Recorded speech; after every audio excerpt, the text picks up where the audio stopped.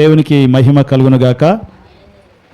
మన ప్రభు అయిన యేసుక్రీస్తునందు మీకు శుభములు తెలియజేస్తూ ఈ దినపు లేఖన భాగంలోనికి మనం వెళ్దాం. 37వ కీర్తన 16వ వచనం చదువుదాం. 37వ కీర్తన 16వ వచనం. మన యొక్క సాక్ష్యములు, అద్భుతములను గూర్చి, ఆశ్చర్య కార్యములను గూర్చి మనం చాలాసార్లు చెప్తా ఉన్నాం. దేవుడు ఈ కార్యం చేశాడు, దేవుడు ఆ కార్యం చేశాడు, దేవుడు ఇలా చేశాడు, అలా చేశాడని ఫిజికల్గా జరుగుతున్నటువంటి విషయాల గురించి మనము సాక్ష్యాలు చెప్తూ ఉంటున్నాం. అయితే విన్న వాక్యమును బట్టి మనము సాక్ష్యములు చెప్పాలి. అంటే దేవుని వాక్యము వింటున్నప్పుడు ఆ వాక్యము నిన్ను ఎలా దర్శించింది, ఆ వాక్యము నీతో ఎలా మాట్లాడింది, ఆ వాక్యమును గూర్చినటువంటి సాక్ష్యము. అంటే వాక్యము విని వాక్యములో నిలిచి ఉండి వాక్యమును మనల్ని గద్దించినప్పుడు, వాక్యము మనల్ని సరిచేసినప్పుడు, మన యొక్క జీవితాలను సరిచేసుకున్నటువంటి ఆ సంఘటనలను దేవుని వాక్యము ఎలా మనల్ని దర్శించిందో, సంధించిందో దాన్ని గూర్చినటువంటి సాక్ష్యములు చెప్పాలి. సాక్ష్యం అనగానే దేవుడు ఏదో అద్భుతం చేశాడు కాబట్టి సాక్ష్యం. ఒకవేళ అద్భుతం లేకపోతే నీకు సాక్ష్యము లేదా? హల్లెలూయా, హల్లెలూయా. సో ప్రతిదీ అద్భుతమే. మనం ఈరోజు బ్రతికున్నామంటే అద్భుతమే. భూమి మీద మనుషులట ఒకటి ప్రతిదీ అద్భుతమే అని నమ్మాలి, లేదా అంత న్యాచురల్ అని నమ్మాలి. అంటే ప్రతిదీ కూడా అద్భుతం. అబ్రహాము పిల్లలంట ప్రతిదీ అద్భుతమని నమ్ముతారు. బిలాము పిల్లలైతే ప్రతిదీ న్యాచురల్ అని నమ్ముతారు. హల్లెలూయా. రోజు వర్షం వస్తుంది, రోజు వాన వస్తుంది, రోజు తెల్లారుతుంది, పొద్దుగుకుతుంది, ఇదంతా న్యాచురల్గా జరుగుతుంది. ఆ న్యాచురల్గా జరిగే దాంట్లో నువ్వు ఉండాలి అంటే ఒక అద్భుతం జరిగితేనే ఉంటావు. హల్లెలూయా. దేవుడిని ఆయుష్ను పొడిగిస్తేనే ఉంటావు. ఆ అద్భుతాన్ని నువ్వు అనుభవించగలవు. హల్లెలూయా. ఓకే, 16వ వచనం, 37వ కీర్తన 16వ వచనం. నీతిమంతునికి కలిగినది కొంచెమైనను బహుమంది భక్తిహీనుల కంటే బహుమంది భక్తిహీనుల ధన సమృద్ధి కంటే శ్రేష్టము. హల్లెలూయా. ఏమర్థమైంది? నీతిమంతునికి కలిగిన కొంచెము బహుమంది భక్తిహీనులకు ఉన్నటువంటి ధన సమృద్ధి కంటే శ్రేష్టము అంటున్నాడు. సో శ్రేష్టత అనేది ఇక్కడ మనము చూస్తాము. ఈ మాటలో శ్రేష్టము అంటే మంచిది అని అర్థం. ఒక నీతిమంతుడు కలిగి ఉన్న కొంచెము అది చాలా మంచిది అని అంటున్నాడు. బైబిల్లో మంచిది అనే పదము వచ్చిన ప్రతిసారి మనకు గుర్తొచ్చేది ఏంటి అంటే మన దేవుడు మంచివాడు. మన దేవుడు మంచివాడు. యెహోవా ఉత్తముడని రుచి చూసి తెలుసుకొంటిని అని దావీదు భక్తుడు అంటున్నాడు. యెహోవా ఉత్తముడు. ఉత్తముడు అంటే మంచివాడు. హల్లెలూయా. ఆయన ఉత్తముడైన దేవుడు. అందుకని ఆ మంచి దేవుడు ఈ సర్వ ప్రపంచాన్ని సృజించినప్పుడు వెలుగును కలగజేసి, ఆదికాండం 1వ అధ్యాయము 3వ వచనంలో మనం చూస్తాం. వెలుగు కమ్మని పలకగా వెలుగు కలిగెను, ఆ వెలుగు మంచిదై ఉన్నట్లు చూచెను. దేవుడు వెలుగు కమ్మని పలుకగా వెలుగు కలిగెను, వెలుగు మంచిదైనట్టు దేవుడు చూచెను. దేవుడు వెలుగును చీకటిని. సో కాబట్టి యెహోవా ఉత్తముడు, ఆయన మంచివాడు. ఆయన చేసేది కూడా ఎలా ఉంటుందట? మంచిది ఉంటుంది. మంచివాడు మంచి చేస్తాడు. ఒకవేళ చెడ్డవాడైతే ఏదో ఒక రకంగా చెడు చేస్తాడు. కానీ దేవుడు మంచివాడు. గాడ్ ఈజ్ గుడ్ అంటారు. అందుకే దేవుడు మంచివాడు. ఆ మంచివాడు మన జీవితాలలో మంచిని జరిగించేటువంటి వాడు. అందుకనే ఒక నీతిమంతుడు, ఒక భక్తిపరుడు కలిగి ఉన్నటువంటి కొంచెము ఏంటిదంట? మంచిది, శ్రేష్టము అంటున్నాడు. ఆ శ్రేష్టత అనేది మనం అక్కడ చూస్తూ ఉంటున్నాం. 1 యోహాను పత్రిక 1వ అధ్యాయం 5వ వచనంలో మనం చూస్తాము. దేవుడు వెలుగును కలగజేసి ఆ వెలుగు మంచిదై ఉన్నట్లుగా చూసినాడు కదా, అదే దేవుడు వెలుగై ఉన్నాడు, ఆయనలో చీకటి ఎంత మాత్రమునో లేదు. 1 యోహాను పత్రిక 1వ అధ్యాయం 5వ వచనం. మేము ఆయన వలన విని మీకు ప్రకటించు వర్తమానం ఏదనగా దేవుడు వెలుగై ఉన్నాడు. దేవుడు ఏమై ఉన్నాడట? చెప్పండి. దేవుడు ఏమై ఉన్నాడు? వెలుగై ఉన్నాడు. ఆయన యందు చీకటి ఎంత మాత్రమును లేదు. ఆయనలో ఏ చీకటి లేదు. అందుకే ఆయన మంచివాడు. ఎందుకు ఆయన మంచివాడు? ఎందుకు ఆయన ఉత్తముడు అంటే ఆయనలో చీకటి ఎంత మాత్రమునో లేదు. ఇంకా ఒక మాట ఉంటుంది, ఏంటంటే ఆయన అబద్ధమాడనేరని దేవుడు అంట. ఎవరైనా ఆయనకు ఒకటి చేయడం రాదంట. ఏంటిది అది అంటే అబద్ధమాడడం ఆయనకు రాదంట. ఆయనలో చీకటి ఎంత మాత్రము లేదు.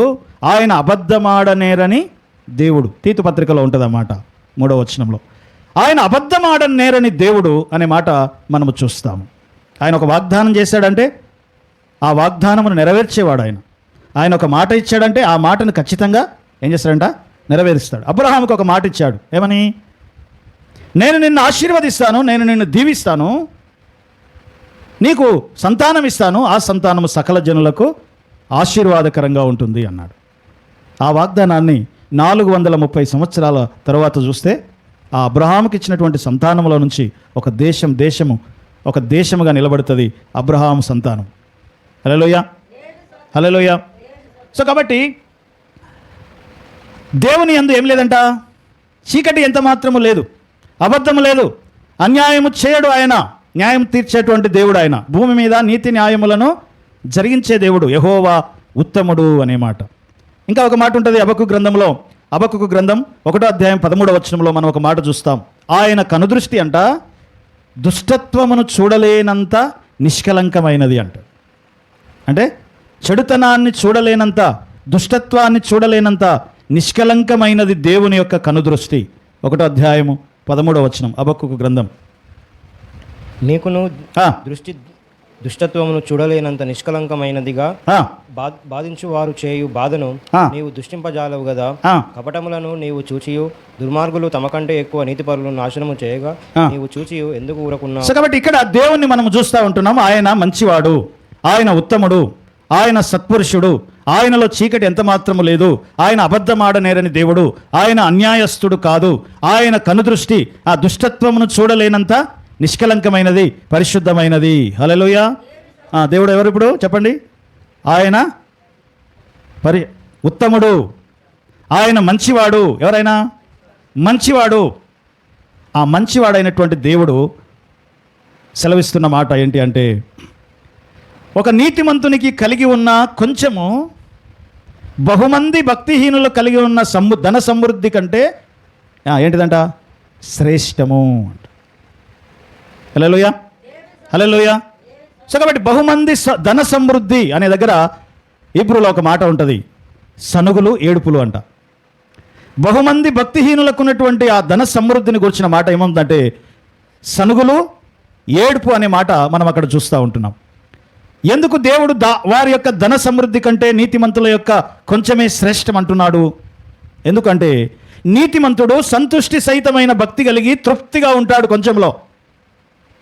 భక్తిహీనుడు ధన సమృద్ధి ఎంత ఎక్కువ ఉన్నా సరే ఇంకా ఏడుస్తూనే ఉంటాడు, ఇంకా సనుగుతూనే ఉంటాడు. అందుకనే నీ సనుగుల కంటే, అంటే ఇక్కడ దేవుడు ధనము గురించి మాట్లాడట్లేదు కానీ మన యొక్క క్యారెక్టర్ గురించి దేవుడు మాట్లాడుతూ ఉన్నాడు. ఏంటి ఆ క్యారెక్టర్ అంటే, నీవు కొంచెముగా ఉన్నప్పుడు నీ స్వభావం ఎలా ఉంది, నీ బిహేవియర్ ఎలా ఉంది, నీ రియాక్షన్ ఎలా ఉంది, ఎలా ఉండాలి? ఒక నీతిమంతుని యొక్క రియాక్షన్ ఆ కొంచెంలో ఎలా ఉండాలి అంటే తృప్తిగా ఉండాలి అంట. ఎలా ఉండాలి? తృప్తిగా ఉండాలి. నీ రియాక్షన్ ఎలా ఉండాలి? తృప్తిగా ఉండాలి, ఆనందంగా ఉండాలి. నీ రియాక్షన్ ఎలా ఉండాలి అంటే సంతుష్టి సహితముగా ఉండాలి. ఉన్న దాంట్లో తృప్తిగా ఉండడం అనేది, దేవుని యందు నమ్మిక ఉంచి తృప్తిగా ఉండడం అనేది చాలా అవసరం. అలా ఉన్నదాన్ని అంటున్నాడు దేవుడు శ్రేష్టమైనది. సామెతల గ్రంథంలో మరొక మాట మనము చూస్తాము. 15వ అధ్యాయము 16వ వచనం. సామెతల గ్రంథం 15వ అధ్యాయం 16వ వచనం. నెమ్మది లేకుండా విస్తారమైన ధనముండుట కంటే యెహోవా యందలి భయభక్తులు కలిగి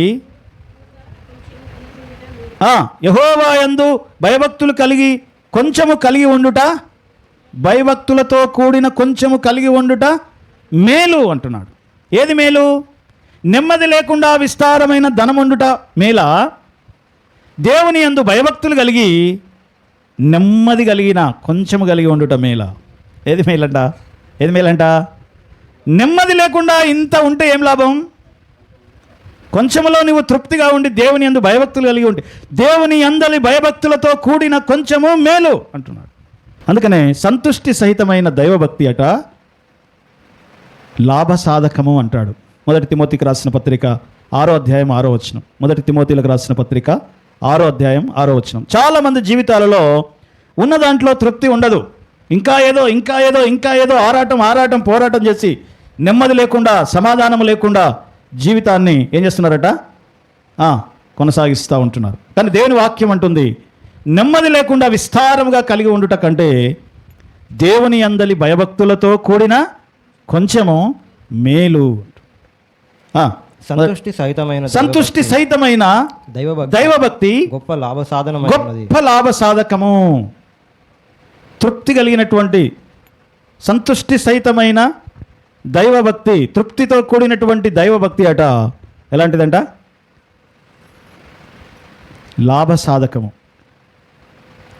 తృప్తి లేకపోతే చాలామంది తృప్తి లేకుండా తిరుగుతూ ఉంటారు. ఎక్కడ తృప్తి ఉండదు. హల్లెలూయా. నీ మనస్సు నెమ్మది చేసుకొని సంతుష్టి సహితమైన దైవభక్తితో దేవుణ్ణి వెంబడిస్తే అది నీకు లాభము అంటున్నాడు, నీ ఆత్మకు లాభము అంటున్నాడు. హల్లెలూయా, హల్లెలూయా. కాబట్టి కొంచెముగా ఉన్నప్పుడు నీ యొక్క ఆలోచన ఎలా ఉంది, నీ స్వభావం ఎలా ఉంది, నీ బిహేవియర్ ఎలా ఉంది, నీ రియాక్షన్ ఎలా ఉంది. సమృద్ధిగా ఉన్నప్పుడు నీ రియాక్షన్ ఎలా ఉంది, నీ స్వభావం ఎలా ఉంది. దేవుడు మన స్వభావాన్ని చూస్తాడు, మన అంతరంగాన్ని దేవుడు చూస్తాడు. ఉన్నప్పుడు నువ్వు ఎలా ఉన్నావు, లేనప్పుడు నువ్వు ఎలా ఉన్నావు, దాన్ని బట్టే కదా దేవుడు మనకు ఏదైనా ఇచ్చేది. నువ్వేం విత్తుతావో చెప్పండి, మనం ఏం విత్తుతామో అదే కోస్తాము. ఇది నియమం, ఆది కాండంలో ఉంటుంది. వెదకాలము, కోతకాలము, శీతోష్ణ కాలము, పంట కూర్చే కాలము నియమించబడి ఉంది. ఇది భూమి ఆకాశంలో ఉన్నంత కాలం ఈ నియమం ప్రకారమే జరుగుతూ ఉంటుంది. దాన్ని ఎవడు ఆపలేడు, దాన్ని ఎవడు తప్పించలేదు. రాజులు రావచ్చు, రాజ్యాలు మారొచ్చు, లేకపోతే ప్రభుత్వాలు మారొచ్చు, ఏమైనా మారొచ్చు. కాలాలు ఎప్పుడు మారవు. విత్తే కాలము, కోసే కాలము భూమి ఉన్నంత కాలం ఉంటాయి. విత్తే కాలము, కోసే కాలం. ఈ విత్తే కాలం ఏంటి అంటే, మనము ఏదైతే విత్తుతున్నామో, మంచి విత్తితే మంచిగా వస్తాం, చెడు విత్తితే హల్లెలూయా. నువ్వు ఏం విత్తుతావో అదే నీవు మరలా వస్తావు. నువ్వేమి ఇస్తావో అదే మరలా నీవు పొందుకుంటావు. కాబట్టి మన దేవుని వాక్యం ఏం చెప్తుంది అంటే, మనం మంచిది విత్తాలి. దేవుడిచ్చినప్పుడు నువ్వు ఎలా ఉన్నావు, ఒకవేళ నీకు కొంచెమే ఉన్నప్పుడు నువ్వు ఎలా ఉన్నావు, నీ మాట ఎలా ఉంది, నీ బిహేవియర్ ఎలా ఉంది, నీ స్వభావం ఎలా ఉంది. దేవుడి వాక్యం చెప్తుంది ఏంటంటే, బహుమంది భక్తిహీనుల ధన సమృద్ధి కంటే నీతిమంతులు కలిగి ఉన్న కొంచెము శ్రేష్టము అంటున్నాడు. కాబట్టి ఆ శ్రేష్టతను మన జీవితాలలో ఏం చేయాలంట, అనుభవించాలి అనే మాట మనం ఇక్కడ చూస్తూ ఉంటున్నాం. ప్రసంగి గ్రంథం 4వ అధ్యాయం 6వ వచనంలో మనం చూస్తాం. ప్రసంగి గ్రంథం 4వ అధ్యాయం 6వ వచనం, శ్రమయును గాలికైన ప్రయత్నములను 2 చేతుల నిండా ఉండుట కంటే 1 చేతి నిండా నెమ్మది కలిగి ఉండుట మేలు అంటున్నాడు. 2 చేతుల నిండా కలిగి ఉండి నెమ్మది లేకుంటే దానికంటే 1 చేతి నిండా కలిగి ఉండి నెమ్మది కలిగి ఉండుట మేలు కదా. ప్రసంగి 4:6 చదువు. శ్రమయును గాలికైన యత్నములను 2 చేతుల నిండా ఉండుట కంటే 1 చేతి నిండా నెమ్మది కలిగి ఉండుట మేలు. 2 చేతుల నిండా పని కలిగి ఉన్నాడు, కానీ ఏం లేదట, నెమ్మది లేదు. 1 చేతితో పని ఉంది, 1 చేతి నిండా నెమ్మది ఉంది అనుకో, ఇది మేలు కదా. హల్లెలూయా, హల్లెలూయా. కాబట్టి దేవుని యందు భయభక్తులతో కూడిన కొంచెము మేలు అనే మాట మనం ఇక్కడ చూస్తూ ఉంటున్నాం. సో భయభక్తులు కలిగిన వారికి దేవుడు ఏ మేలు చేయక మానడు. దేవుని యందు భయభక్తులు కలిగిన వారికి ఆయన ఏ మేలు చేయక మానడు అనే మాట మనం చూస్తూ ఉంటున్నాం. ఇంకొక మాట అంటాడు, దేవుని యందు భయభక్తులు గల వారి నిమిత్తము ఆయన దాచి ఉంచిన మేలు ఎంతో గొప్పది, ఎంతో గొప్పది అంట. అందుకని దేవుని యందు భయభక్తులు కలిగి మనము ఏదైతే కలిగి ఉన్నామో దాంట్లో తృప్తిగా బ్రతకాలి. ఉన్న దాంట్లోనే ఒకవేళ దేవుడు ఇస్తే పొందుకో, కానీ ఉన్న దాంట్లో నువ్వు ఎలా ఉండాలంట, తృప్తిగా ఉండాలి. మరొక లేఖన భాగం చదువుదాము. మనం బైబిల్లో ఉదాహరణకి అబ్రహాము, లోతు అనే 2 వ్యక్తులు కనబడుతూ ఉన్నారు. ఎవరు? అబ్రహాము, లోతు. ఈ అబ్రహాము లోతును తీసుకొని బయలుదేరి ఆయన ప్రయాణమై వచ్చాడు. వారి ప్రయాణంలో వీళ్ళు బాగా ఏమంటారు, వర్ధిల్లారు. వీళ్ళు మందలు పెరిగాయి, పనివాళ్ళు పెరిగారు. కాబట్టి ఒకానొక సమయంలో అబ్రహాము యొక్క పని వాళ్ళకి, లోతు యొక్క పని వాళ్ళకి ఏమైందట, గొడవ వచ్చిందంట. గొడవ వస్తే రోజు ఏదో ఒక గొడవ, ఈ పని వాళ్ళకి ఆయన పని వాళ్ళకి అవుతుంది. అప్పుడు అబ్రహాము ఒక ఆలోచన చేసి, లోతు, ఇక మనము ఇద్దరము కలిసి ఉండలేనంతగా మనము పెరిగినాము, కాబట్టి నీవు ఇటు సైడ్ వెళ్తే నేను ఇటు వెళ్తా, నువ్వు ఇటు వెళ్తే నేను అటు వెళ్తా, నిర్ణయం నీదే అని లోతుకి అబ్రహాము అడిగినాడట. నువ్వు తూర్పుకి వెళ్ళు, నేను పడమటికి వెళ్తా, లేకపోతే నువ్వు ఉత్తరానికి వెళ్ళు, నేను దక్షిణానికి వెళ్తా అని అంటే, అప్పుడు లోతట తాను నిలబడ్డ స్థలం నుంచి చుట్టూ తిరిగి చూశాడంట. చూస్తే ఒక పచ్చటి తోట లాంటి ప్రాంతం కనబడ్డదంటే ఈయనకి. ఎలా ఉంది అది? చాలా పచ్చగా, చాలా అందమైన తోటగా. బైబిల్లో ఒక మాట రాసి ఉంటుంది. అదేం తోట అంటే, చదవండి, ఆ మాట చదువుదాం. ఆదికాండము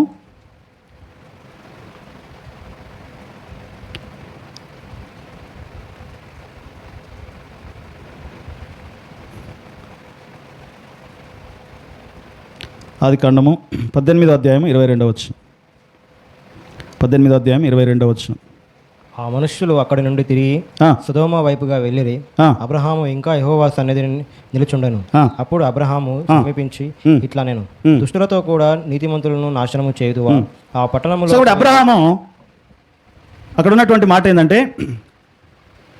లోతు అట సొదొమ గొమొర్రా ప్రాంతాన్ని చూశాడంట. అది ఎలా ఉందంటే, అప్పుడు పచ్చని తోటలాగా, యెహోవా దీవించిన తోటలాగా ఉందంట అది.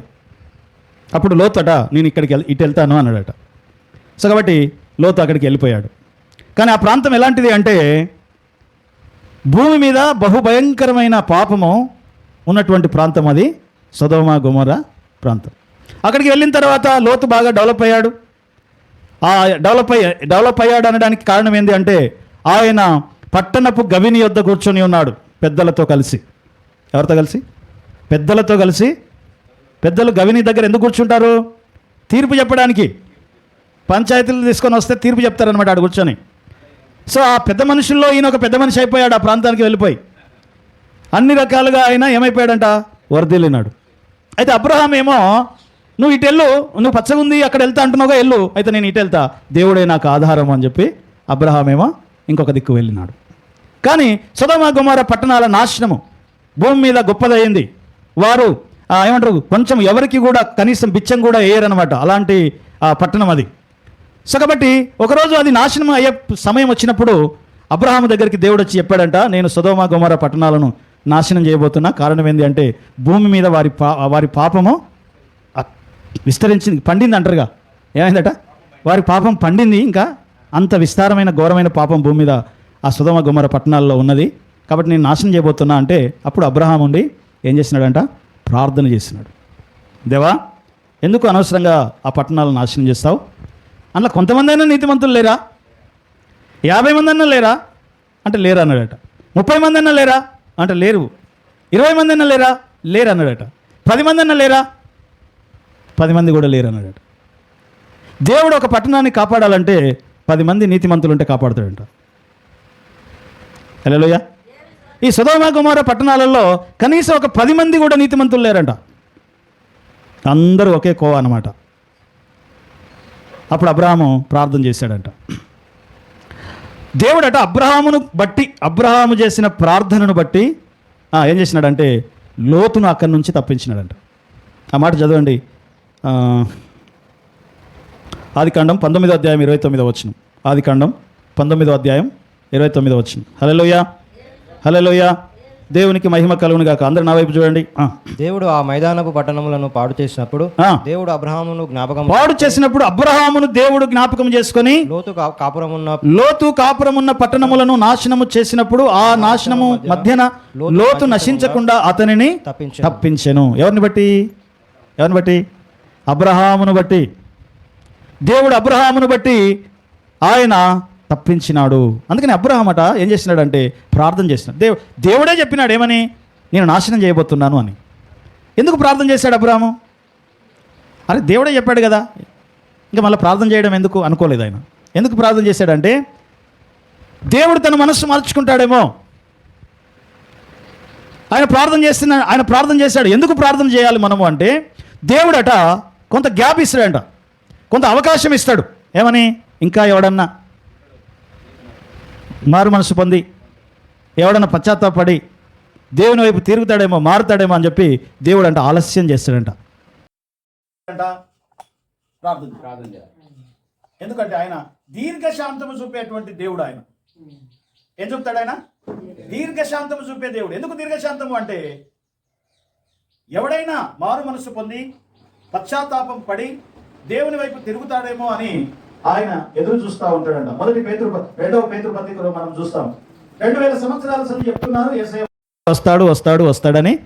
ఏడయ్య మరి ఇప్పటి వరకు ఇంకా రాలేదు. ఎందుకు ఆలస్యం చేస్తున్నాడు? దేనికి ఆయన ఆలస్యం చేస్తున్నాడు? 2వ పేతురు పత్రిక 3వ అధ్యాయం 9వ వచనంలో మనం చూస్తాము. 3వ అధ్యాయం 9వ వచనం 2వ పేతురు పత్రిక.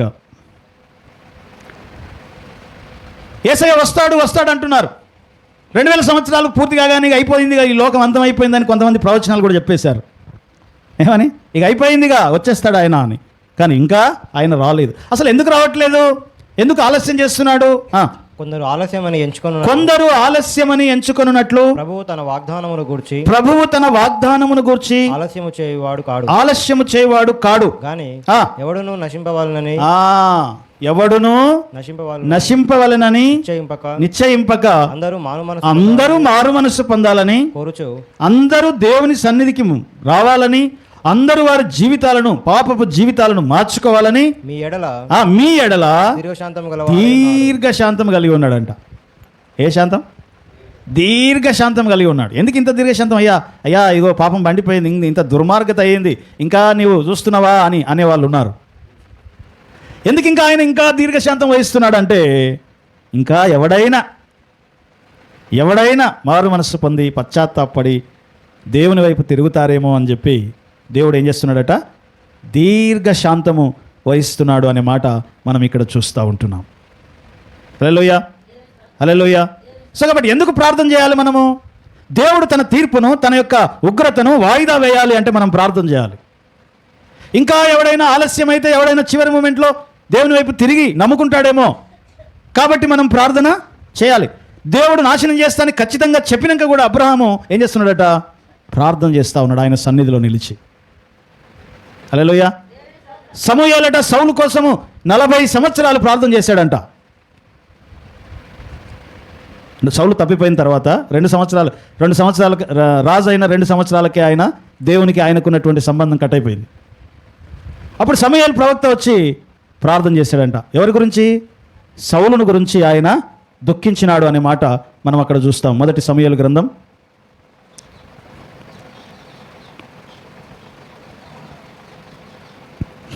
15వ అధ్యాయము 35వ వచనం. 1 సమూయేలు గ్రంథం 15వ అధ్యాయం 35వ వచనం. ఎందుకు ప్రార్థన చేయాలి అనే మాట మనం చూస్తున్నాం.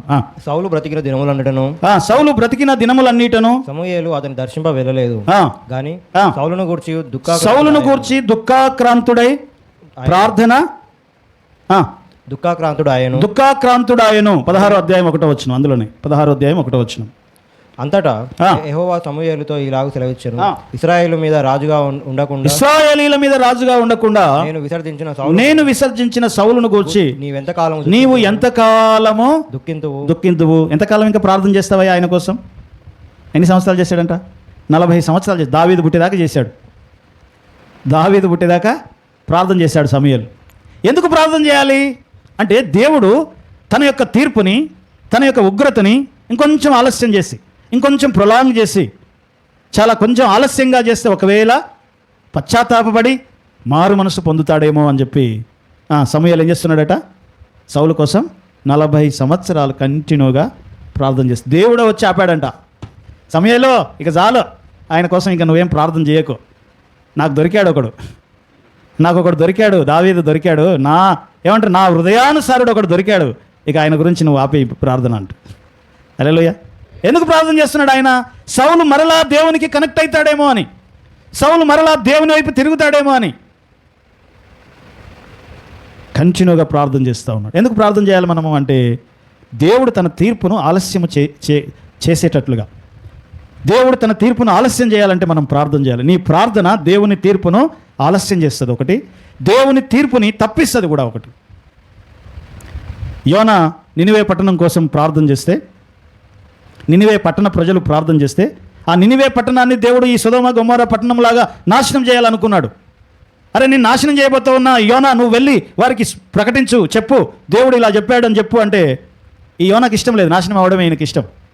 ఆ పట్టణ ప్రజలంటే ఈయనకి ఇష్టం లేదు, అందుకని వెళ్ళడానికి ఇష్టపడలే. కానీ దేవుడట ఈయనకి ఇష్టం లేకపోయినా సరే బలవంతంగా అయినా సరే సముద్రంలో పడేసి చేప మింగి ఆ చేప తీసుకెళ్ళి ఆ పట్టణంలో కక్కేస్తుంది. ఇక తప్పదని చెప్పి ఆ పట్టణానికి పోయిన తర్వాత 3 దినాలు తిరిగి ప్రకటన చేశాడంట. 3 దినముల తిరగగలిగినంత పెద్ద పట్టణం అంట అది. అప్పుడు ఆ ప్రజలందరూ రాజు మొదలుకొని పశువుల వరకు 3 దినములు ఉపవాసం ఉండి వారు ప్రార్థన చేస్తే దేవుడు తన తీర్పును క్యాన్సిల్ చేసుకున్నాడు. నాశనం చేయాలనుకున్నవాడు దానిని ఏం చేసినాడంట. అప్పుడు యోనా అడిగాడు, ప్రభువా నువ్వు నాశనం చేస్తానోగా, చేయలేదేంది? ఎవడైనానో ఒకడు మారు మనసు పొందుతాడేమో అని చెప్పి దేవుడట వెయిట్ చేస్తూ ఉంటాడంట. దానికోసం ఎవడైనా ఒకడు ప్రార్థన చేస్తాడేమో అని చెప్పి ఆ ప్రార్థనా పరుల కోసం దేవుడు చూస్తూ ఉంటాడు. సొదొమ గొమొర్రా పట్టణాల కోసం ప్రార్థన చేసే అబ్రహాము దగ్గరికి వచ్చి అబ్రహాముకి చెప్తా ఉన్నాడు, ఏమని? ఇదిగో ఫలానా పట్టణం కోసం నువ్వు రోజు ప్రార్థన చేస్తావు. 70 దేశాల కోసం అబ్రహాం ప్రార్థన చేసేవాడు రోజు. ఎన్ని దేశాల కోసం అంట? అప్పుడున్నటువంటి 70 దేశాల కోసం ప్రార్థన చేసేవాడంట. అందులో ఈ సొదొమ గొమొర్రా పట్టణాలు కూడా ఉన్నవి. నువ్వు ప్రార్థన చేస్తున్నావు కదా, ఇదిగో ఆ పట్టణం కోసం ఇంకా నువ్వు చేయాల్సిన అవసరం లేదు, వాటికి ఇవ్వబడ్డ సమయం అయిపోయింది. సో నినివే పట్టణం కోసం చేయబడిన ప్రార్థన దేవుడు తన మనస్సును మార్చుకున్నాడు. ఆయన కృపగలిగిన వాడు కాబట్టి ఏం చేసినాడంట, వాటిని నాశనం చేయకుండా ఆపివేసినాడు. సో కాబట్టి ప్రార్థన ఎందుకు చేయాలి? దేవుడు తన తీర్పును ప్రొలాంగ్ చేయాలి అంటే, ఇంకొంచెం ఆలస్యం చేయాలంటే, లేదా మొత్తం కంప్లీట్గా దానిని ఆ తీర్పు రాకుండా తప్పించాలంటే మనం ఏం చేయాలంట? ప్రార్థన చేయాలి. నీతిమంతుల ప్రార్థన దేవుడు ఆలకిస్తాడు. నీతిమంతుల ప్రార్థనను బట్టి ఈ లోకం ఇంకా నిలిచి ఉంది, అది గుర్తుపెట్టుకోండి. హల్లెలూయా, హల్లెలూయా. నీతిమంతులను బట్టి దేవుడు పట్టణాన్ని కాపాడుతాడు. 10 మంది నీతిమంతులు ఉంటే చాలు, ఆ పట్టణం కాపాడబడుతుంది. హల్లెలూయా. సో ఇప్పుడున్నటువంటి లోకము ఇంకా నిలిచి ఉంది. ఈ సునామీల చేత, తెగుల చేత, కరోనా చేత, ఇంకా వేరే వేరే వాటి చేత నాశనం కాకుండా ఇంకా నిలిచి ఉంది అంటే ఇంకా ఈ భూమి మీద ఉన్నటువంటి నీతిమంతులను బట్టి నిలిచి ఉంది అనే మాట మనం ఇక్కడ చూస్తూ ఉంటున్నాం. కాబట్టి అబ్రహాం అంట వారి యొక్క అంతము అంటే ఈ లోతు అబ్రహాముల యొక్క అంతం ఎలా ఉంది అంటే, లోతు అగ్నిలో నుంచి రక్షింపబడ్డట్టుగా దేవదూతలు పోయి చేయి బట్టి వారిని లాక్కొచ్చి సోయారు ప్రాంతంలో పట్టణంలో వాళ్ళని పెట్టేసినాడు. ఆ అగ్ని గంధకాల నుంచి వీళ్ళని బయటికి తీసుకొని వచ్చినారు. హల్లెలూయా. ఆ మాట చదవండి. ఆదికాండం 13వ అధ్యాయం 10వ వచనం. ఆదికాండం 13వ అధ్యాయం 10వ వచనం. లోతు తన కన్నులెత్తి యోర్దాను ప్రాంతం అంతటిని చూచెను. యెహోవా సొదొమ గొమొర్రాను పట్టణములను నాశనము చేయక మునుపు సోయారుకు వచ్చే వరకు అదంతయు యెహోవా తోట వలెను. ఎలా ఉందంట అదంతా? యెహోవా తోట వలె ఉండేంట ఫస్ట్ లోతు అక్కడికి పోయినప్పుడు. అయితే దేవుడు నాశనం చేసినప్పుడు ఏం నాశనం చేశాడో చూడండి అక్కడ. 19వ అధ్యాయం 25వ వచనం. 19వ అధ్యాయం 25వ వచనం. ఆదికాండం 19వ అధ్యాయం 25వ వచనం. ఆ పట్టణములను, ఆ మైదానం అంతటిని, ఆ పట్టణములలో నివసించే వారందరినీ, నేల మొలకలను ఏంటి నేల మొలకలను ఆయన నాశనము చేసెను. అంటే ఏముందని పోయాడు ఆయన అక్కడ? యెహోవా తోట వలె పచ్చగా కనబడుతుందని పోయాడు. కానీ ముగింపు ఎలా ఉంది? లోతు యొక్క ముగింపు ఎలా ఉందంటే ఆ నేల మొలకలన్నీ ఏమైపోయాయంట? నాశనం అయిపోయాయి. మరి అబ్రహాము యొక్క ముగింపు ఎలా ఉందో తెలుసా? అబ్రహాము అంట మొలవడానికి అవకాశము లేని దగ్గర ఒక పీచుల వృక్షమును నాటినాడు. అబ్రహాము మొలవడానికి అవకాశము లేని దగ్గర ఆయన చెట్టు పాతినాడు. ఎవరు? అబ్రహాం. చదవండి అన్నమాట. ఆదికాండం 21వ అధ్యాయం 33వ వచనం. అబ్రహాం ఒక వృక్షమును నాటినాడు అనే మాట అక్కడ చూస్తాం. అబ్రహాము బెయేర్షెబాలో ఒక పీచుల వృక్షమును నాటి అక్కడ నిత్య దేవుడైన యెహోవా పేరిట ప్రార్థన చేసెను. ఆయన పోయిన స్థలంలోనేమో ఉన్న మొలకలన్నీ నాశనం అయిపోయాయి. కానీ అబ్రహామేమో అసలు మొలవడానికి అవకాశం లేని దగ్గర ఈయన ఏం చేస్తున్నాడంటే ఓ చెట్టు పాతుతా ఉన్నాడు. వారి ముగింపు ఎలా ఉంది అంటే అక్కడ నాశనము, ఇక్కడనేమో క్రొత్త జీవము పుడుతూ ఉంటుంది. సో కాబట్టి 10 మంది లేకపోతే బహుమంది భక్తిహీనుల ధన సమృద్ధి కంటే నీతిమంతునికి కలిగిన కొంచెము ఏంటిదంట? శ్రేష్టము అనే మాట మనం అక్కడ చూస్తూ ఉన్నాం. అదే రీతిగా మనం ఇస్సాకును చూస్తాము. ఇస్సాకు కరువు కాలంలో 100 పంట, కరువులో విత్తనం వేసి ఏం చేసి, కరువులో విత్తనం వేసి వాన కొంచెం లేట్ అయితేనే మనం విత్తనాలు వేయం. అసలే కరువు కాలం. ఆ కరువు కాలంలో ఇస్సాకు అంటే ఏం చేసినాడంట? విత్తనాలు వేసాడంట. ఆ సంవత్సరం అంట 100కు 100% పంట కోసాడు. ఏ మాత్రం నష్టం కలగలేదు. ఒక నీతిమంతునికి ఉన్న కొంచెము చాలా శ్రేష్టం అనే మాట మనం చూస్తాం. సో కాబట్టి నీ నీతి నీకు ఆధారం అవుతుంది. నీ నీతి నీకు ఆధారం అవుతుంది. అందుకని పరిస్థితులను బట్టి విలువల్ని మార్చుకోవద్దు. మనం పరిస్థితులను బట్టి మనకు కొన్ని విలువలను ఏర్పరచుకుంటాం, కానీ పరిస్థితులను బట్టి ఆ విలువల్ని మార్చుకోవద్దు. నీకంటూ కొన్ని విలువలు ఉంటాయి. నీవు కొన్నిటికి కట్టుబడి ఉంటావు. ఆ విలువలని పరిస్థితులను బట్టి మార్చుకోవద్దు అనే మాట మనం ఇక్కడ చూస్తూ ఉంటున్నాం. నీతిమంతునికి ఉన్న నీతిని బట్టి ఏమవుతుందంట? నీ నీతి నీకు ఆశీర్వాదం అవుతుంది. అందుకని అబ్రహాం యొక్క నీతి లోతును తప్పించింది. అక్కడి నుంచి అబ్రహాం యొక్క ప్రార్థన లోతుని సొదొమ గొమొర్రా నుంచి తప్పించింది.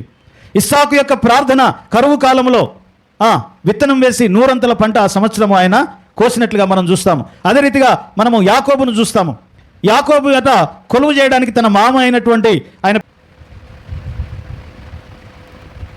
సో కాబట్టి యాకోబు యొక్క మామ 10 సార్లు జీతం మార్చినాడంట. ఎన్నిసార్లు?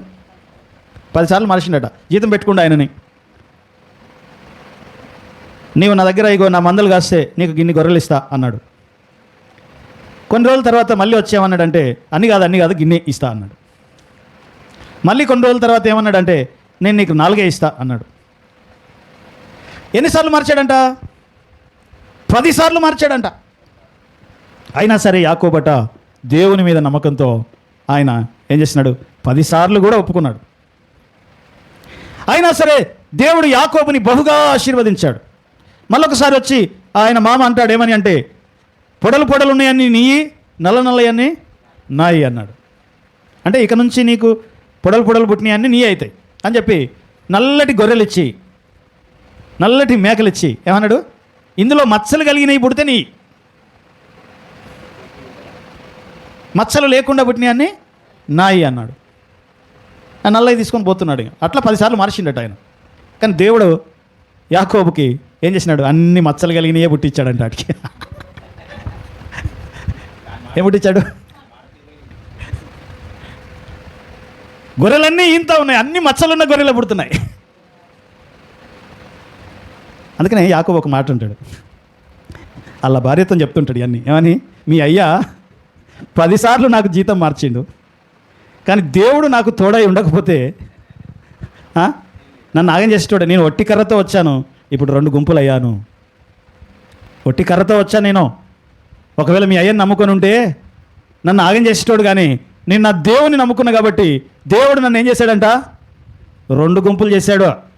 నేను చూసుకుంటే 2 అంతలైనా అని చెప్పి యాకోబు మాట్లాడుతూ ఉంటాడు. సో కాబట్టి ఒక నీతిమంతుని యొక్క నీతి, ఆ నీతిమంతుడు దేవుని యందు భయభక్తులు కలిగి ఉంటాడు కాబట్టి ఆ భయభక్తులతో కూడినటువంటి కొంచెము అది శ్రేష్టమైనది అంటాడు. కాబట్టి కొంచెముగా ఉన్నప్పుడు మనం ఎలా ఉన్నాం, సమృద్ధిగా ఉన్నప్పుడు మనం ఎలా ఉన్నాం, పరిస్థితులు బాగలేనప్పుడు మనం ఎలా ప్రార్థన చేస్తూ ఉన్నాం. ఒక నీతిమంతుని యొక్క ప్రార్థన దేవుడు ఏం చేస్తాడంటే ఆలకిస్తాడు అనే మాట మనం చూస్తూ ఉంటున్నాం. అందుకని దేవుని మీద ఏం చేయాలంట? విశ్వాసం ఉంచాలి. ఎందుకు అంటే ఆయన బండలో నుంచి ఏమిచ్చాడండి? నీళ్ళు ఇచ్చేవాడు. ఎడారిని నీటి మడుగుగా మార్చగలిగిన వాడు ఆయన. ఎడారిని నీటి మడుగుగా, ఎండమాములను నీటి ఊటలుగా చేయగలిగిన వాడంట. ఎండమామి అంటే హల్లెలూయా. ఎండమామ అంటే ఏంది? ఎండమామ అంటే బాగా ఎండాకాలంలో మీరు దూరం నుంచి చూస్తే పెద్ద మడుగులాగా కనబడుతుంది, దగ్గరికి పోతే ఏముండదు. ఆడ రోడ్డు మీద నీళ్ళు ఉన్నట్టే ఉంటుంది, దగ్గరికి పోతే ఆడ నీళ్ళు ఉండవు. దాన్ని ఎండమామి అంటారు. ఎండమామిని నీటి మడుగులుగా చేయగలిగిన వాడు ఆయన. యెషయా గ్రంథంలో ఉంటుంది అన్నమాట. కాబట్టి ఆ ఎండమామిని నీటి మడుగుగా చేయగలిగిన వాని యందు బండలో నుంచి నీళ్లు రప్పించగలిగిన వాని. బండలో నుంచి ఏమొస్తాయి? మామూలుగా అయితే ఏమొస్తుంది? నిప్పు వస్తుంది. బండతో ఒక రాయితో కొట్టామనుకో ఏమొస్తుంది? నిప్పు వస్తుంది. వస్తుందా? రాదు. నిప్పే వస్తుంది. రాయి తగిలితే నిప్పే వస్తుంది. కానీ దేవుడు ఆ రాతిలో నుంచి నీళ్లు రప్పించగలిగినాడు ఆయన. అలాంటి దేవుని యందు మనం ఏం చేయాలంట? నమ్మిక ఉంచాలి. యెహోవా యందలి భయభక్తులతో కూడిన కొంచెము శ్రేష్టమైనది, మేలైనది అనే మాట మనం ఇక్కడ చూస్తూ ఉంటున్నాం. సో కాబట్టి దేవుడు నీకు సమృద్ధిగా ఇచ్చినప్పుడు నీ స్వభావము, నీ బిహేవియర్, నీ రియాక్షన్ ఎలా ఉంది? లేదా దేవుడు కొంచెం ఇచ్చినప్పుడు నీ యొక్క స్వభావం, నీ యొక్క రియాక్షన్ ఎలా ఉంది? మనల్ని మనము పరీక్షించుకోవాలి. ఎందుకు అంటే ఆయన దరిద్రతలో మనకు ధన సమృద్ధి ఉంది అంటాడు. యేసుప్రభు వారు ఎలాంటి వాడు? ఆయన ఫిలిప్పీ పత్రిక 2వ అధ్యాయం 5వ వచనంలో ఉంటుంది, ఆయన దేవుని స్వరూపము కలిగిన వాడై ఉండి దేవునితో సమానముగా కూర్చుండగలిగిన వాడై ఉండి ఆ మహిమను విడిచి, ఆ ప్రభావమును విడిచి ఆయన రిక్తుడుగా, దాసుడుగా, దరిద్రుడుగా ఈ భూమి మీదకి ఆయన దిగివచ్చినాడు. 2వ అధ్యాయం 10వ వచనం. క్రీస్తుయేసును కలిగిన ఈ మనసు మీరు 5వ వచనం చదువు. ఆయన దేవుని స్వరూపమును కలిగిన వాడై ఉండి దేవునితో సమానముగా ఉండుట విడిచిపెట్టుకొని కూడని భాగ్యమని ఎంచుకొనలేదు గాని మనుషుల పోలికగా పుట్టి దాసుని స్వరూపమును ధరించుకొని తన్ను తానే రిక్తునిగా చేసుకొనెను. సో కాబట్టి ఆయన ఎలా అయిపోయాడంట? ధనవంతుడు ఆయన, శ్రీమంతుడు ఆయన, కానీ తనను తాను తగ్గించుకొని దరిద్రుడిగా మారిపోయినాడు, శాపగ్రస్తుడైనాడు.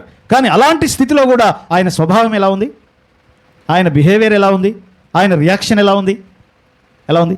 ఏమీ లేనివాడుగా శిలువ మీద ఆయన నిలబడ్డప్పుడు ఆయన ఎలా ఉన్నాడు? తండ్రి, వీరేం చేయుచున్నారో వీరెరుగరు అని వారిని క్షమిస్తున్నట్లుగా మనం చూస్తాం. అందుకనే ఆయనని దేవుడట ఏం చేశాడు? భూమి క్రింద ఉన్న వారిలో కానీ భూమి మీద ఉన్న వారిలో కానీ ప్రతి మోకాలు, ప్రతి నాలుక ఆయన ఎదుట వంగునంత శ్రేష్టత ఆయన యందుంది. ఏ స్టేజ్కి వెళ్ళిపోయాడు ఆయన అంటే, భూమి మీద ఉన్న ప్రతి మోకాలు, ప్రతి నాలుక ఆయన ఎదుట వంగే అంత శ్రేష్టత ఆయన యందుంది. ఎలా పొందుకున్నాడు ఆయన? ఆయన ఆ పొజిషన్లో ఉన్నప్పుడు ఎలాంటి స్వభావం, ఎలాంటి బిహేవియర్, ఎలాంటి రియాక్షన్, ఎలాంటి మాట, ఎలాంటి ఏమంటారు ప్రవర్తన ఆయన కలిగి ఉన్నాడో సేమ్ ఆయన ఏమీ లేనివాడుగా శిలువ మీద ఉన్నప్పుడు కూడా అలాగే ఉన్నాడు. మాట ఏం మారలే, ప్రవర్తన ఏం మారలే, బిహేవియర్ ఏం మారలే, రియాక్షన్ ఏం మారలే, అలాగే ఉన్నాడు ఆయన. కాబట్టి ఆయన ఎదుట ప్రతి మోకాలు, ప్రతి నాలుక వంగే అంత శ్రేష్టత్వం ఆయనలో కనబడుతూ ఉంది. మనం ఎలా ఉన్నాము అంటే భక్తుల్లాగా ఉన్నామా, భక్తిహీనుల్లాగా ఉన్నామా? భక్తిహీనుల ధన సమృద్ధి కంటే భక్తుల యొక్క కొంచెమే చాలా శ్రేష్టత్వం కలిగినది అనే మాట మనము చూస్తూ ఉంటున్నాం. అందుకనే యేసు ప్రభు వారిలో ఆ శ్రేష్టత్వాన్ని మనము చూస్తూ ఉన్నాం. ఎబ్రీ పత్రికలో ఒక మాట, ఆ ఒక్క లేఖనం చదువుదాం. 13వ అధ్యాయం 5వ వచనం. ఎబ్రీలకు రాసిన పత్రిక 13వ అధ్యాయం 5-6 వచనాలు. ఎబ్రీలకు రాసిన పత్రిక 13వ అధ్యాయం 5-6 వచనాలు. ధనాపేక్ష లేని వారై మీకు కలిగిన వాటితో తృప్తి పొంది ఉండుడి. నిన్ను ఏమాత్రము విడువను. ఎందుకు తృప్తి పొంది ఉండాలి? దేవుడు అంటున్నాడు, నేను ఏమాత్రము విడువను, నేను నిన్ను ఎన్నడూ ఎడబాయను అని ఆయనే మనకు చెప్తా ఉన్నాడు. అయితే మనమేమని చెప్పాలంట? కాబట్టి ఆ తృప్తి కలిగి ఉండి, ధనాపేక్ష లేకుండా తృప్తి కలిగి ఉండి, నీకున్న దాంట్లో తృప్తి కలిగి ఉండి ఇలా చెప్పాలి, ప్రభువు నాకు సహాయకుడు, నేను భయపడను, నరమాత్రులు నాకు ఏమి చేయగలరని మంచి ధైర్యముతో చెప్పగలిగి ఉండాలి. చెప్పగలవారమై ఉన్నాము. హల్లెలూయా, హల్లెలూయా. సంతుష్టి సహితమైన దైవభక్తి. ఒక భక్తుడు ధైర్యంగా చెప్పగలడేమని అంటే, ప్రభువే నా సహాయము, నేను భయపడను, నరమాత్రులు నాకు ఏమీ చేయగలరు అని మొండి ధైర్యంతో కాదు, ఏ ధైర్యంతో? మంచి ధైర్యంతో చెప్పగలవారమై ఉన్నాము. దేవుడు అంటున్నాడు ఏమని? నిన్ను ఏమాత్రము విడవను, నేను నిన్ను ఎన్నడూ ఎడబాయనిది దేవుని వాగ్దానం. నేను విడవను, నిన్ను ఎడబాయను అని దేవుడు చెప్తున్నాడు. కాబట్టి మనము ఏదైతే కలిగి ఉన్నామో దాంట్లో తృప్తిగా ఉండి, ప్రభువే చెప్పండి. ఇప్పుడు అబ్రహాము, లోతు పచ్చగా ఉన్న ప్రాంతానికి లోతు వెళ్ళిపోయాడు, అబ్రహాం ఏమో ఎడారిలోనికి వెళ్ళిపోతున్నాడు. ఇప్పుడు అబ్రహాం అంటున్నాడు ఏమని? ప్రభువే నా సహాయము, నేను దేనికి భయపడను, నరమాత్రులు నాకేమీ చేయగలరు. ధనాపేక్ష ఉన్నటువంటి లోతు, చాలా బాగుంది, ఇక్కడికి పోతే నేను ఇదైపోతాను అదైపోతానని చెప్పి వెళ్ళిపోయాడు. లాస్ట్కి కట్టుబట్టలతో ప్రాణం దక్కించుకొని బయటకు వచ్చాడు. హల్లెలూయా. ఎలా వచ్చాడంట? ప్రాణం ఒకటే ఉంది, ఇంకేం లేదు, అన్ని పోగొట్టుకున్నాడు. మరి అబ్రహాం ఎలా ఉన్నాడు? ఆ దేశంలోనే గొప్ప రాజు అయిపోయాడంట. ఒక మహారాజులాగా ఉన్నావయ్యా మా దగ్గర అని చెప్పి ఏమంటారు ఆ రాజు అంటాడు ఒక ఆయన, ఓ అబ్రహామా, నీవు మా మధ్యలో ఒక మహారాజులాగా ఉన్నావు నువ్వు. మరి ఒకప్పుడు ఏమీ లేకుండే దేవుడే నా సహాయమని, దేవుడే నా ఆధారమని నమ్మి దేవుని మీద ఆధారంతో బయటకు వచ్చినాడు. అందుకని అంటున్నాడు ఏమని, బహుమంది భక్తిహీనులకున్న ఐశ్వర్యము కంటే నీతిమంతులకు కలిగి ఉన్న కొంచెమే బహుశ్రేష్టము. కాబట్టి ఆ శ్రేష్టతని, అంటే నిజంగా ధనము గురించి మాట్లాడట్లేదు ఇక్కడ. ఆ ఏమీ లేనప్పుడు, ఆ కొంచెమే ఉన్నప్పుడు నువ్వు ఎలా ప్రవర్తిస్తావు, నువ్వు ఎలా మాట్లాడతావు, నీ బిహేవియర్ ఎలా ఉంటుంది, నీ రియాక్షన్ ఎలా ఉంటుంది, దాని గురించి దేవుడు మాట్లాడుతూ ఉన్నాడు. బహుమంది ఏమంటారు ధన సమృద్ధి కలిగిన ఆ భక్తిహీనులు ఎలా ఉన్నారట? సనుగుతూ ఉన్నారట, ఏడుస్తూ ఉన్నారంట. ఏడుపు సనుగులు కనబడతా ఉన్నాయి అక్కడ. ఇక్కడనేమో సంతుష్టి, తృప్తి. నీతిమంతుల యొద్ద ఏం కనబడుతుంది? తృప్తి కనబడుతుంది, సంతుష్టి కనబడతా ఉంది. అందుకనే ఇది శ్రేష్టమైనది అంటున్నాడు. సో కాబట్టి మన యొక్క సనుగులు, మన యొక్క గునుగులు దేవునికి శ్రేష్టతను చూపియవు. తృప్తి అనేది దేవుని ఎదుట అది సంతృష్టిగా ఉంటుంది. అందుకని మన క్యారెక్టర్ ఎలా ఉంది, మన యొక్క బిహేవియర్ ఎలా ఉంది, మన ప్రవర్తన ఎలా ఉంది కొంచెం ఉన్నప్పుడు అనేది దేవుడు చూస్తూ ఉన్నాడు. అబ్రహాం యొక్క క్యారెక్టర్ ఎలా ఉంది? అబ్రహాం దగ్గరికి ఒక ఆయన వచ్చాడు, ఒక రాజుగారు వచ్చాడు. ఈయన దగ్గర ఉన్న 300 మందితో 5 రాజులను జయించి వస్తాడు. అప్పుడు సొదొమ గొమొర్రా రాజు వచ్చి అడుగుతాడు, అయ్యా నీ దగ్గర చాలా బలవంతులు ఉన్నారు, బలాఢ్యులు ఉన్నారు, ఈ 300 మంది నీ మనుషులను నాకు ఇచ్చేయి, నీకు ఎంత ధనం కావాలంటే అంత నేను నీకు ఇస్తాను.